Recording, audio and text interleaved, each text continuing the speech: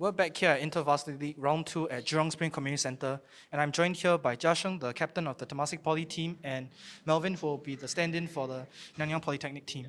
So yes, gentlemen, I understand today that your teams faced off against each other, and maybe first of all, let's just start with, what were your expectations going into this round? Okay, we were expecting to lose all of the games, but luckily we won a few games, which was good. On the other hand, NYP was expecting to win all the games because we actually studied against the TP players and saw that our players were much stronger, but it was still an upset. So is it fair to say that you guys were going in with pretty high expectations, whereas you guys were going in with more low to moderate expectations? Yeah, that's true. Yeah. So yeah, how do you? Okay, so now that the game has concluded and NYP and TP have drawn, right? What are you guys' thoughts on the subsequent rounds, and how would you say your chances are in the IVL as a whole? Maybe we can start with Josh. I don't think that our team chances are very high, but I just hope that all of the members can do their best, take it as a learning experience. Similarly, I hope. Let's start with my expectation for the tournament. I don't expect Nanyang Polytechnic to get the top 3 positions, especially with so many strong players in the tournament itself. But I also hope that my team will perform better than today's result.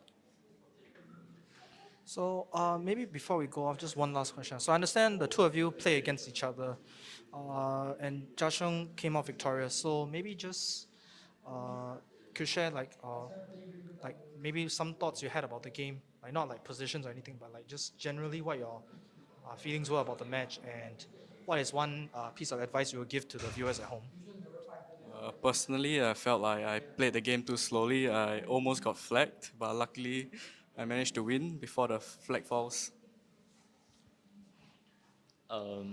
Personally, I came into this tournament a bit, how do I put it?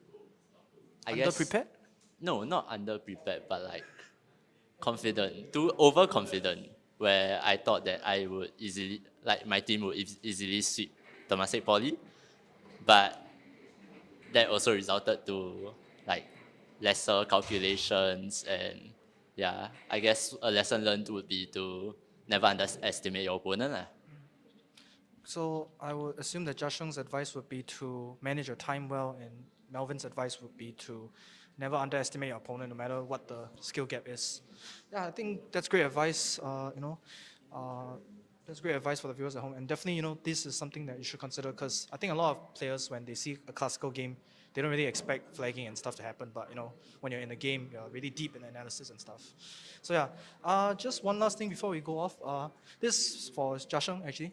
So in the previous round interview, Bunpin, the captain of the ITE team, expressed his desire to play against TP, and believes that ITE will crush TP. So he has basically sent off this challenge. So maybe Jasheng, as the TP captain, would you like to maybe issue a challenge or a statement in response? What was your result?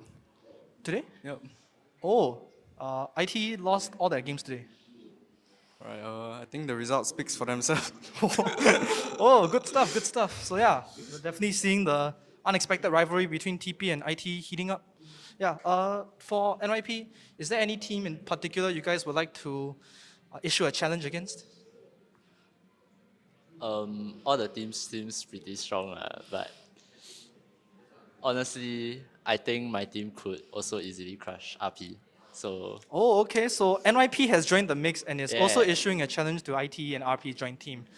Well, IVL is definitely heating up in unexpected ways. We've seen unexpected rivalries and upsets.